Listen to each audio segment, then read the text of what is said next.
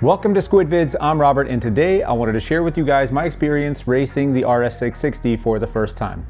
On the previous video, I did more of a review about how the bike performed overall, and I didn't really get too much in the race aspect of it because, quite honestly, the footage that I got was pretty boring, and so there wasn't a whole lot to talk about, but I did get a few requests from people to talk a little bit more about how the race weekend actually went, and then share whatever footage I do have. So as I mentioned in the previous video, the race footage wasn't very compelling. It's not anything very exciting. So what I did was I just kind of chopped up video footage from all three races that I participated in, and I'm kind of doing like a montage of races. So now, I originally brought my camera equipment to the racetrack because I wanted to do a video from the racetrack, which honestly I had no motivation to do when I was there. I was already too stressed out, so I wasn't gonna break out the camera equipment and try to talk to the camera, and the best I could do was record race sessions. When I got back to the house and I reviewed the race sessions, I realized it wasn't that compelling and it's not that entertaining, meaning there's not a whole lot going on in front of me. It would have been cool if I'd had some,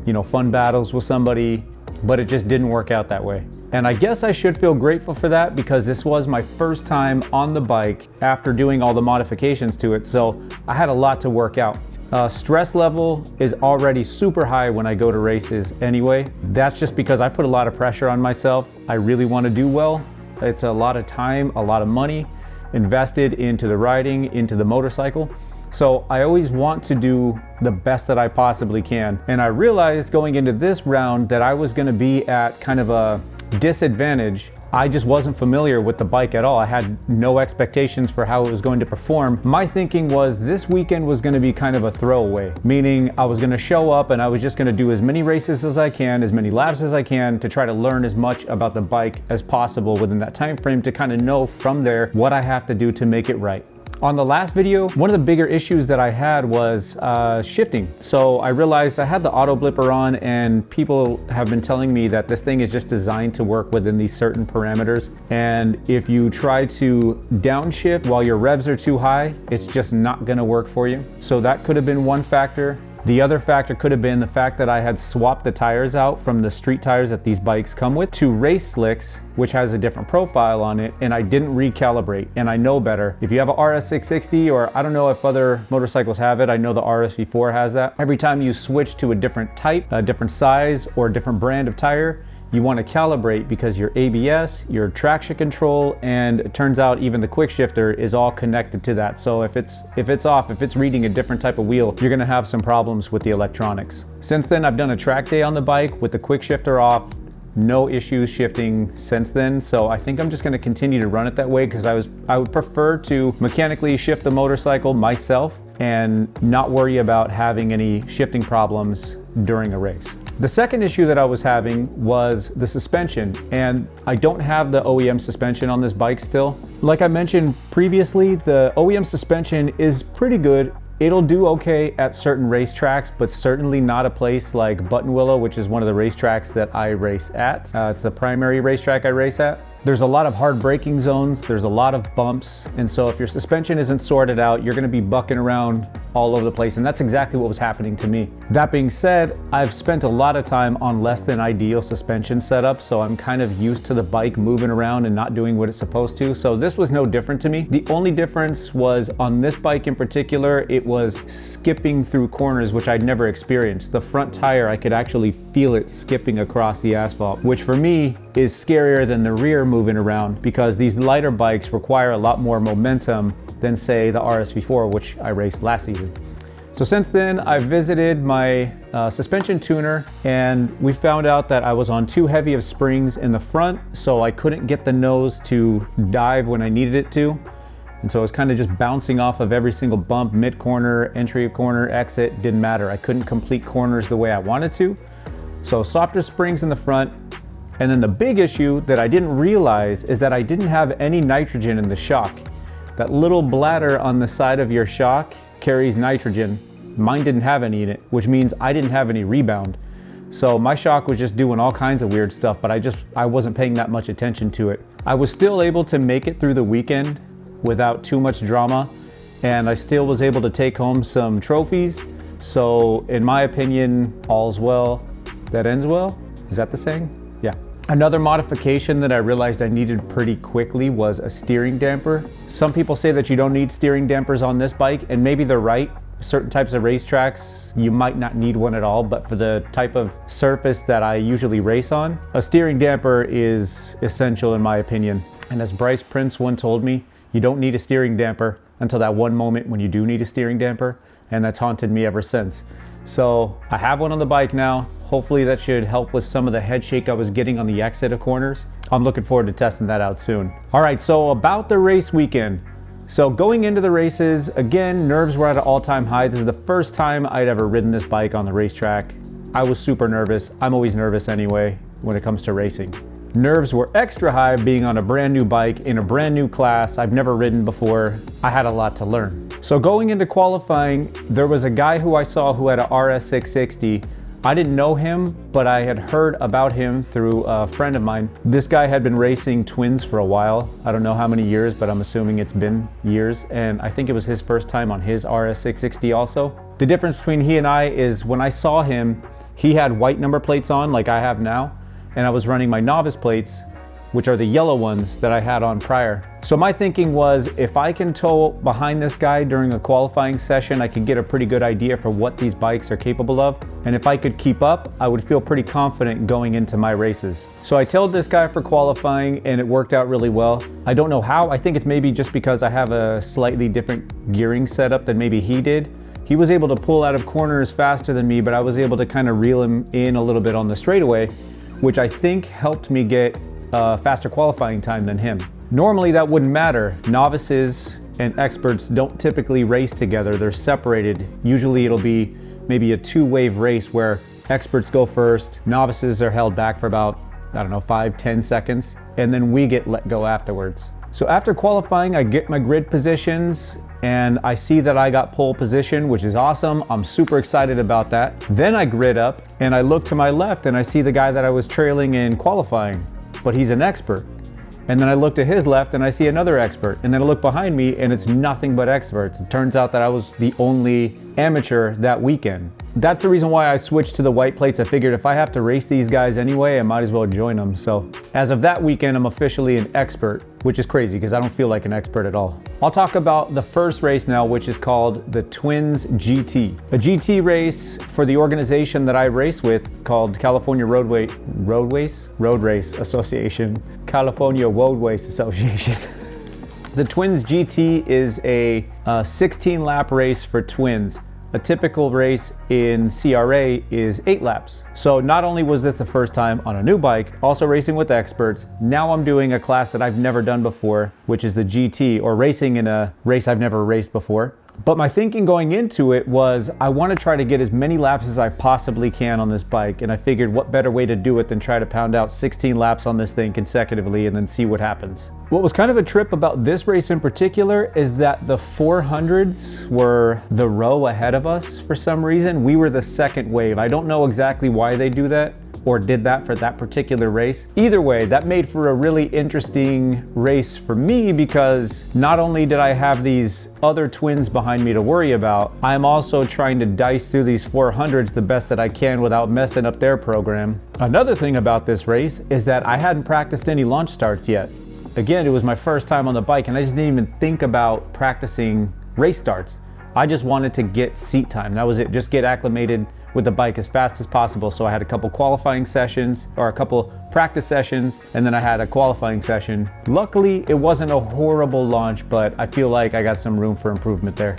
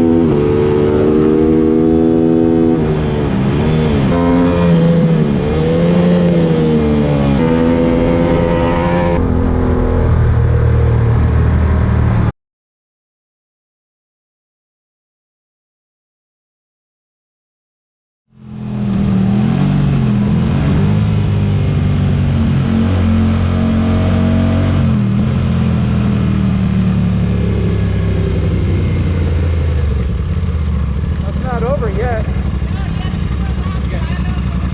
Two more? You got 2 more. All right, we're done then, I think. I think you are, yeah. I think you are.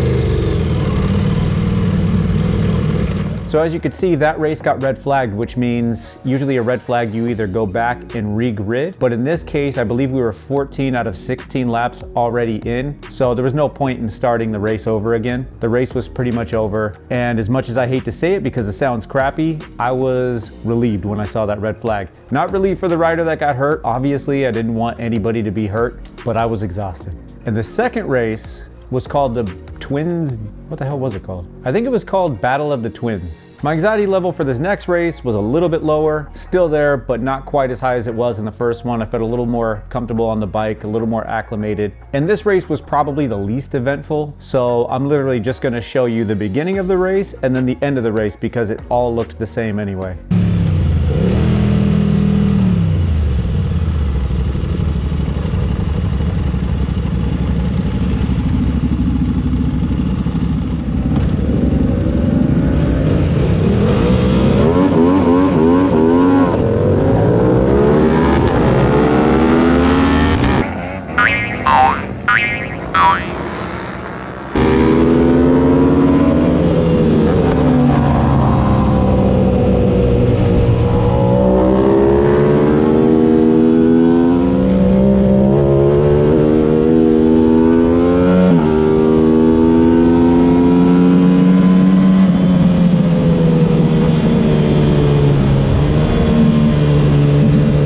Like I said, I could have showed you guys 8 laps of me just circulating the track, but that's basically what it looked like. I was able to get out in front and I just kept it that way the entire race, and that was that. So this is my third and final race of the weekend. Took place on Sunday, same as the previous race that you just saw. What was cool about this race was that some of the 400s actually gridded up with the twins, which was cool to see. But also what I expected was I was just gonna pretty much do what I had done in the races prior, and it didn't actually work out that way. This was probably my favorite race only because a rider on a 400, a girl who's like 16 or 15 years old, actually got a better launch than I did from the row behind me. I got a toe off of her for the entire first lap, and it was hilarious because I almost forgot I was racing because I was just watching kind of as a fan. I got a free lesson in corner speed. I know for sure if I was on a 400, I definitely would not have won that race because horsepower was the only thing that gave me an advantage in any way. I even attempted to outbrake her on the last turn before the straightaway, and you'll see that I failed because she repassed me. And again, if not for horsepower, I would have been stuck behind her. But it was really cool to see, and I give those guys mad respect because those bikes are not that easy to ride. After I got in front of her, it was pretty much clear track up until the end where I believe we were about to lap somebody from the twins class. But otherwise, it was pretty drama-free.